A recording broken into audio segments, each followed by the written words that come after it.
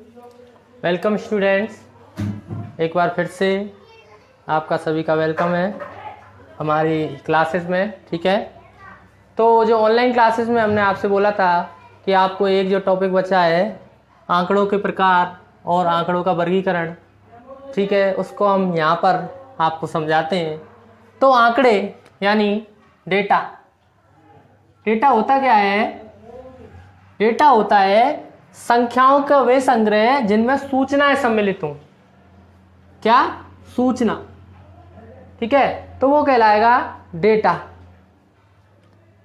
तो वो कहलाएंगे आंकड़े। आंकड़े मेनली दो प्रकार के होते हैं, प्राथमिक आंकड़े और द्वितीयक आंकड़े। ठीक है, कौन कौन से? प्राथमिक आंकड़े और द्वितीयक आंकड़े। अब प्राथमिक कौन से होते हैं और द्वितीयक कौन से होते हैं ये देखते हैं अपन। ये देखो, ये जो टॉपिक है आपका बहुत इंपॉर्टेंट टॉपिक है सभी एग्जाम्स की दृष्टि से सॉरी। प्राथमिक आंकड़े वे आंकड़े होते हैं जैसे एक क्लास में 20 बच्चे हैं और मैं उनको पर्सनली गिनता हूँ व्यक्तिगत रूप से, तो जो मेरे द्वारा जो बच्चे गिने गए, जो 20 बच्चे हैं, वो मेरे लिए क्या कहलाएंगे? प्राथमिक आंकड़े। ठीक है, उसी तरह यदि मैं किसी रजिस्टर में देखकर बिना बच्चों को गिने देखूं कि 20 बच्चे हैं इस क्लास में, वो किसी और द्वारा गिने गए, मेरे द्वारा नहीं गिने गए, तो वो कहलाएंगे मेरे लिए द्वितीयक आंकड़े। ठीक है, बात समझ में आ रही होगी आपके शायद। तो इसे लिखेंगे जिन्हें व्यक्ति स्वयं अपने स्तर पर एकत्रित करता है वो है प्राथमिक आंकड़े। वे आंकड़े जिनको व्यक्ति स्वयं अपने स्तर पर एकत्रित करता है, स्वयं अपने स्तर पर एकत्रित करता है। ठीक है, प्राथमिक आंकड़े कहलाते हैं। ठीक है, और जो द्वितीयक आंकड़े हैं वो क्या होते हैं? वे सूचना होती है जो पहले से ही प्रकाशित होती हैं। ठीक है, पूर्व प्रकाशित या पहले से एकत्रित होती हैं। ठीक है, इनको गौण आंकड़े भी बोलते हैं, द्वितीयक या गौण। गौण आंकड़े ये आंकड़े पूर्व प्रकाशित या पहले से ही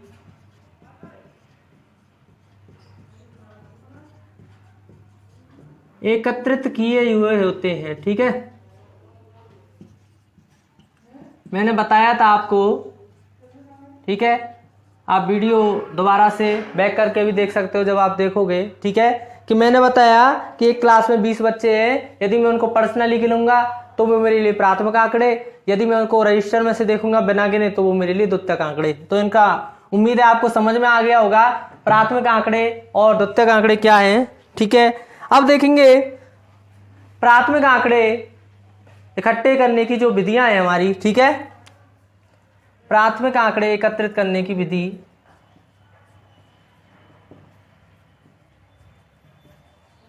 एकत्रित करने की विधियां। ठीक है,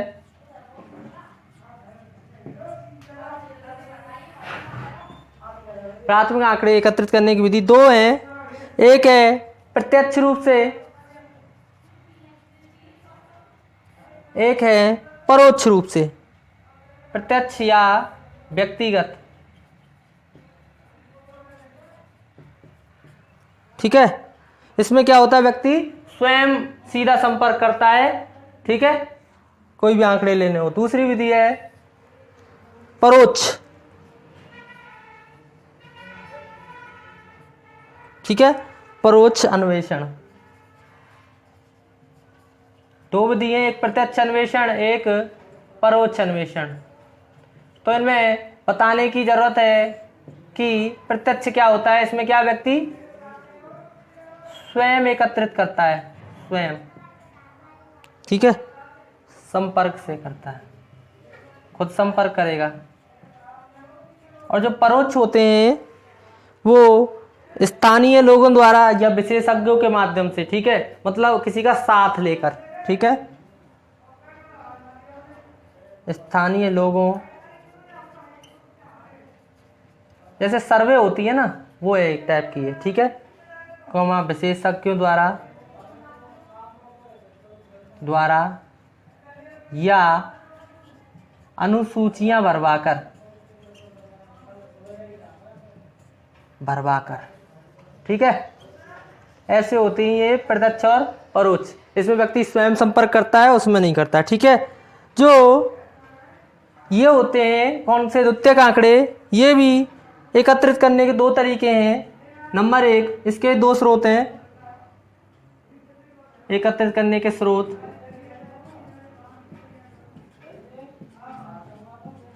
ठीक है, दो स्रोत हैं इसके। स्रोत नंबर एक है प्रकाशिक स्रोत, ठीक है, प्रकाशित स्रोत, और दूसरा है अप्रकाशित स्रोत,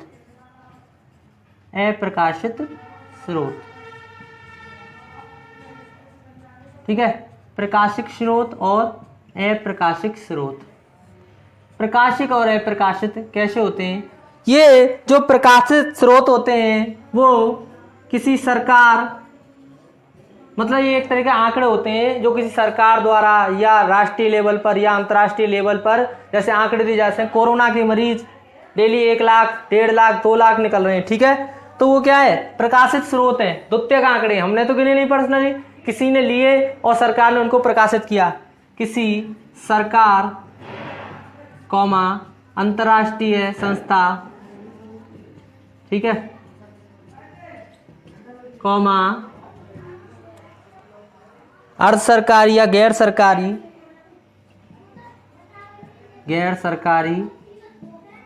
या अर्ध सरकारी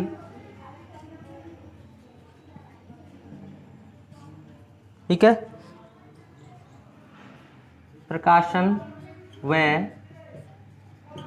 पत्र पत्रिकाओं से एकत्रित होते हैं। पत्र पत्रिकाओं से एकत्रित मतलब ये किसी और ने किए हैं, ठीक है, लेकिन सबके पास ये आंकड़े हैं कि कोरोना के मरीज कितने आ गए या कोई भी संख्या, जैसे हमारे देश की जनसंख्या कितनी है, 133 करोड़ के लगभग है, तो ये सब क्या है? प्रकाशिक स्रोत से हैं। अप्रकाशित स्रोत क्या होते हैं? जो प्रकाशित नहीं होते हैं, ये प्रकाशित नहीं होते, केवल फाइल और रजिस्टरों में ही रहते हैं, ठीक है। जैसे इस विद्यालय में स्टूडेंटों की संख्या कोई प्रकाशित थोड़ी होती है, कोई अखबारों में थोड़ी छप पाता है, ये रजिस्टरों में फाइल में रहते हैं, वह फाइल्स में रहते हैं, फाइलों में रहते हैं, ठीक है। आपके बात समझ में आ रही होगी, ठीक है।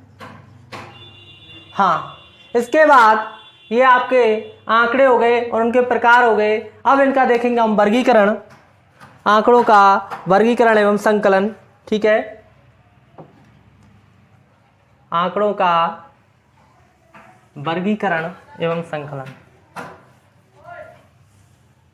देखते हैं। अभी आंकड़ों का संकलन एवं वर्गीकरण, ठीक। आंकड़ों का संकलन क्या होता है? कोई भी आंकड़े होते हैं उनको क्या करना पड़ता है? हमें क्रमबद्ध तरीके से एकत्रित करना पड़ता है और तब उनको मैनेज करना पड़ता है, यानी व्यवस्थित करना पड़ता है, तो वो आंकड़ों का संकलन कहलाता है। और तब उनको एक तरीके से सारणीयन करना पड़ता है, वो आंकड़ों का वर्गीकरण कहलाता है, ठीक है। तो पहले देखेंगे संकलन। किसी भी प्रकार के आंकड़ों को उपयोग में लेने के लिए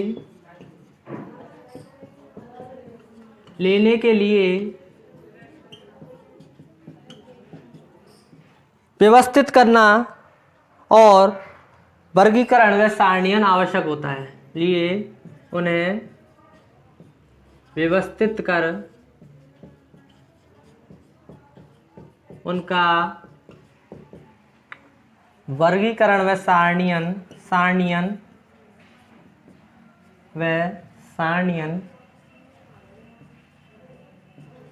आवश्यक है। ठीक है। अब जो वर्गीकरण होता है और आंकड़ों का संकलन होता है, वो दो विधि हैं। आंकड़ों के संकलन की दो विधि हैं। संकलन की दो विधियां हैं। विधि नंबर 1 जो कि है संगणना विधि, और जो दूसरी विधि है अपनी वो है निदर्शन विधि। ठीक है।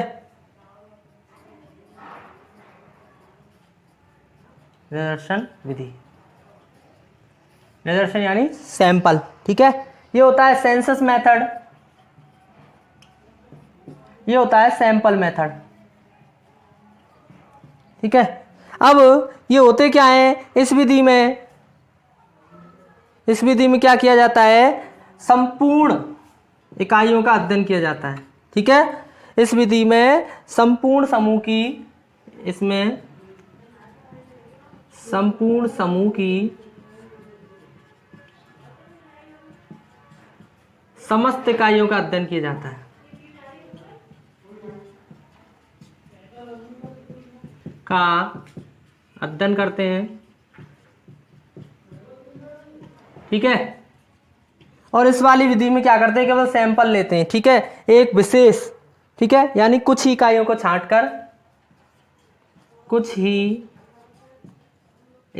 को छांटकर उनका अध्ययन करते हैं। ठीक है। उनका अध्ययन किया जाता है। ठीक। अब ये हमारे हो गए आंकड़ों के संकलन और उसके प्रकार। अब देखेंगे हम आंकड़ों का वर्गीकरण पूरी तरीके से क्या होता है, कैसे होता है। ठीक है। हाँ, आंकड़ों का वर्गीकरण। ठीक है। अब वर्गीकरण कैसे करते हैं देखेंगे।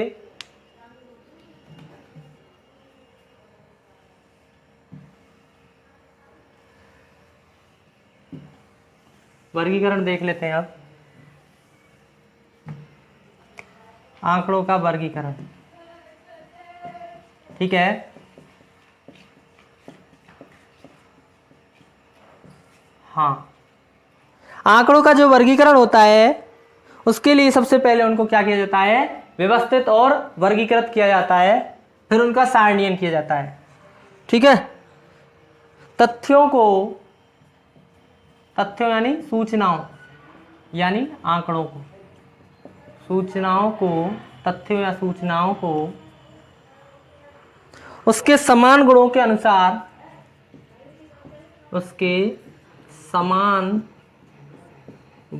अनुसार समूहों या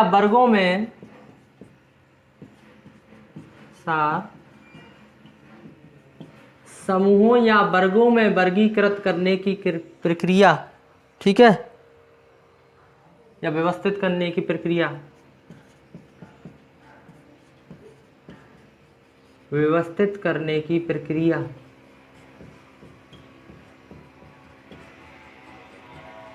प्रक्रिया ही वर्गीकरण कहलाती है। ठीक है। वर्गीकरण कहलाती है। अब ये तो समझ गए वर्गीकरण। इसके चरण देखेंगे, इसके निम्न चरण हैं। सबसे पहले क्या करना होगा,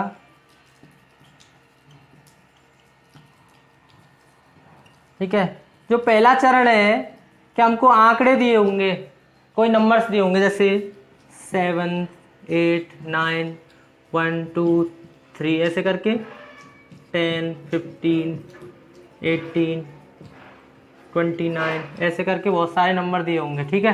अब इन आंकड़ों को हमें वर्गीकृत करना है। कोई नंबर डबल आया हो, तो उसको देखना है, कोई नंबर जितनी बार आया उसको लिखना है, यानी कि एक तरीके से इनकी सारणी बनानी है विद मिलान चिन्ह, जैसा कि आप छोटी क्लासों में करते थे। ठीक है, तो पहला चरण है, सबसे पहले आंकड़ों का परिसर ज्ञात करते हैं। आंकड़ों का परिसर ज्ञात करते हैं। परिसर कैसे ज्ञात करेंगे? परिसर होता है, परिसर निकलता है सबसे जो बड़ा मान होता है, सबसे अधिकतम मान। जैसे यहाँ पे सबसे अधिकतम मान 29 है, सबसे छोटा 1 है, तो सबसे अधिकतम में से सबसे न्यूनतम को घटाना है तो परिसर निकल जाता है। परिसर यानी रेंज, रेंज कितनी है इसकी ये निकालनी। ठीक है, सबसे अधिक मान माइनस सबसे कम मान। ठीक है, ये परिसर हो गया। तो पहले परिसर निकालेंगे। ठीक है, फिर उसके बाद दूसरा जो काम करना है वो निकालनी है वर्गों की संख्या के कितने वर्गों में बांटना हमें इनको।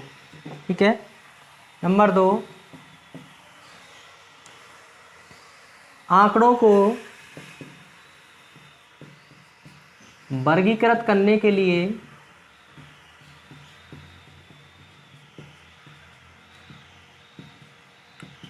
वर्गों की संख्या निकालते हैं, कितने वर्ग बनेंगे। ठीक है,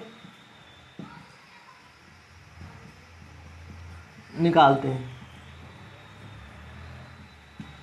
मान के चलो जो वर्गों की संख्या होती है इसका फॉर्मूला है वर्गों की संख्या बराबर परिसर बटे वर्ग अंतराल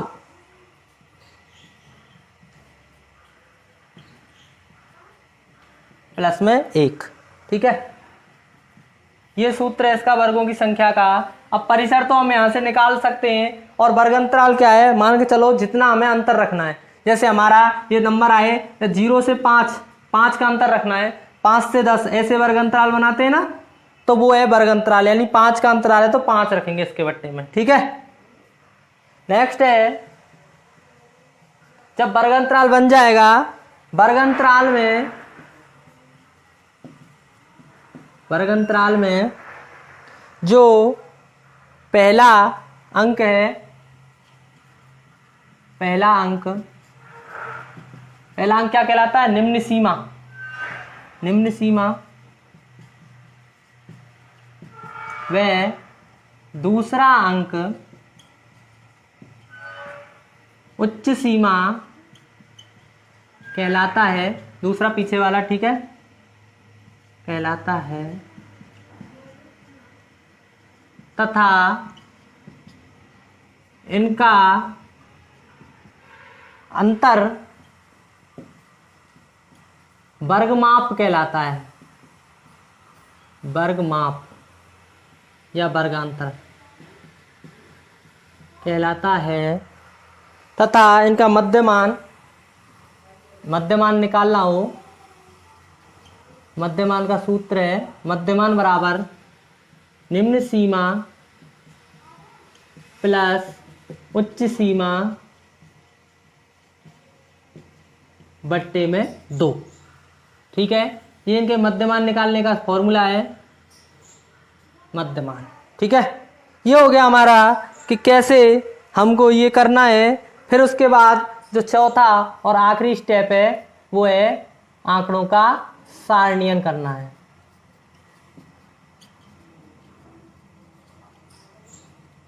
इस प्रकार से हमने जाना कि आंकड़ों का वर्गीकरण किस प्रकार से किया जाता है। ठीक है, अब एक एग्जाम्पल देखेंगे, एक बारंबारता बंटन सारणी का वर्गीकरण करके एग्जाम्पल देखते हैं। ठीक है,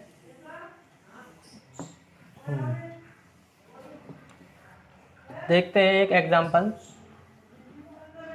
मान के चलो एक क्वेश्चन है, आंकड़े दे रखे हैं, एक व्यक्ति द्वारा संकलित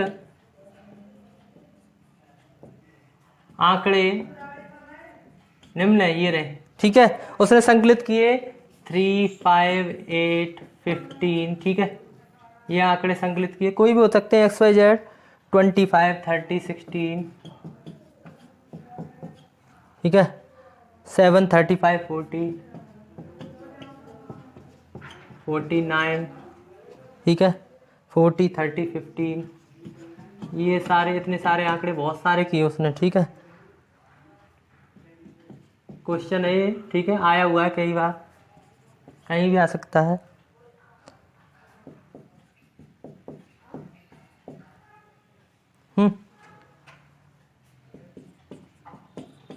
ये है 25, 27, 29, 32, 15, 1, 9, ठीक है, हो गया बस। 11, 14, 42, 43 और यहाँ पर 8।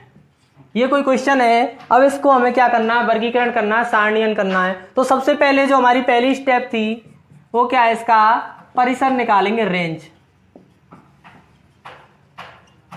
परिसर क्या होता है, मैक्सिमम मान जो सबसे बड़ा मान है उसमें से मिनिमम मान घटाना सबसे छोटा। तो हमें दिख रहा है इसमें सबसे बड़ा मान है 49 और सबसे छोटा मान है 1, ठीक है। तो इसका आंसर आएगा 49 - 1 यानी 48, ठीक है। फिर दूसरी जो स्टेप थी अपनी वो थी वर्गों की संख्या। वर्गों की संख्या बराबर क्या था, परिसर बटे वर्गंतराल प्लस में 1। मान के चलो वर्गंतराल हमें रखना है 5 का, ठीक है। यदि वर्गंतराल इसमें 5 रखेंगे बराबर 5, तब क्या हो जाएगा, परिसर कितना है 48 बटे 5, ठीक है, प्लस में 1। तो ये हो गए 9.6 आ जाएगा लगभग, प्लस में 1 यानी 10.6। इसे मान लेते हैं लगभग 10 के, ठीक है। यानी कि 10 वर्ग अंतराल इसमें हमें बनाने पड़ेंगे, ठीक है। अब इसका करेंगे हम सारणीयन, बारंबारता सारणी, ठीक है। कैसे ही बना सकते हैं बारंबारता सारणी, दोनों तरीके से। इधर लिख लेंगे हम एक साइड में वर्गंतराल, ठीक है। दोनों तरीके से बना सकते हो, इसमें जगह नहीं इस वजह से मैं ऐसी सारणी बना रहा हूं, ठीक है। वर्गंतराल के बाद मिलान चिन्ह टेलीमार्क्स, ठीक है, टीएम भी बोल सकते हैं, 1 मिनट, मिलान चिन्ह टीएम, और लास्ट में इसकी बारंबारता लिख, ठीक। अब जो हमारे वर्गंतराल हैं वो क्रम से 5-5 के अंतराल करके 10 बनाने हमें, ठीक है। तो यहाँ पे 1 बन जाएगा 0 से 5, 5 से 10, 10 से 15, 15 से 20, 20 से 25, ठीक है, 25 से 30, 30 से 35, 35 से 40, 40 से 45 और 45 से 50। 10 बन गए हमारे, 1 2 3 4 5 6 8 9 10, ठीक है। 10 वर्गंतराल हमारे कंप्लीट हो गए। ये 10 के 10 वर्गंतराल हमारे बन चुके हैं। अब इन सब की बारंबारता हमें लिखनी है और उनका सबका मिलान चिन्ह बनाना है, कितनी बार कौन सा आया हुआ है, ठीक है। तो ये सब हम इन संख्याओं को देख कर गिन सकते हैं कि 0 से 5 तक के जो अंक हैं वो कितनी बार आए हैं। मान चलो 2 बार आए हैं, ठीक है। 0 से 5 तक 1 आया है और आपका 3 आया है, ठीक है। इनमें केवल जो 5 से कम है वो रखने हैं, यानी कि 2 आए हैं, बारंबारता 2 हुई है। तो टेलीमार्क्स कैसे बनेगा, ऐसे ही। फिर नेक्स्ट की जो बारंबारता है 5 बार हुई है तो उसका टेलीमार्क्स ऐसे बनेगा, 4 के बाद घट। फिर 3 बार आए हैं 10 से 15 और ये 15 से 20 4 बार आए हुए हैं, ठीक है। तो इनकी मिलान चिन्ह बना देंगे, टेलीमार्क्स बना देंगे। इसमें ये भी 3 बार आए हुए हैं और 25 से 30 4 बार। ठीक है, इसके बाद आपके जो 30 से 35 है उसमें केवल 3 बार आए हुए हैं। ये 30 से 35 तक की संख्या है। ठीक है, इसमें क्या है, ऊपर लिमिट नहीं रखी जाती। 35 से 40 में केवल एक ही है और वो है हमारा 35। ठीक है, इसमें रखी जाएगी। 40 से 45 में अपने 4 आए हैं, इसका टेली मार्क्स ऐसे बन जाएगा। और जो लास्ट है 45-50 उसमें केवल एक है जो है 49। तो इस तरीके से इनका हो गया बारंबारता सारणी बन चुकी है और इनका सारणीयन हो चुका है। ठीक है, तो आज की क्लास में बस इतना ही है। आज हमने बारंबारता सारणी बनाना सीखा और वर्गीकरण करना सीखा। ठीक है, बाकी आप ऐसे ही जुड़े रहिए।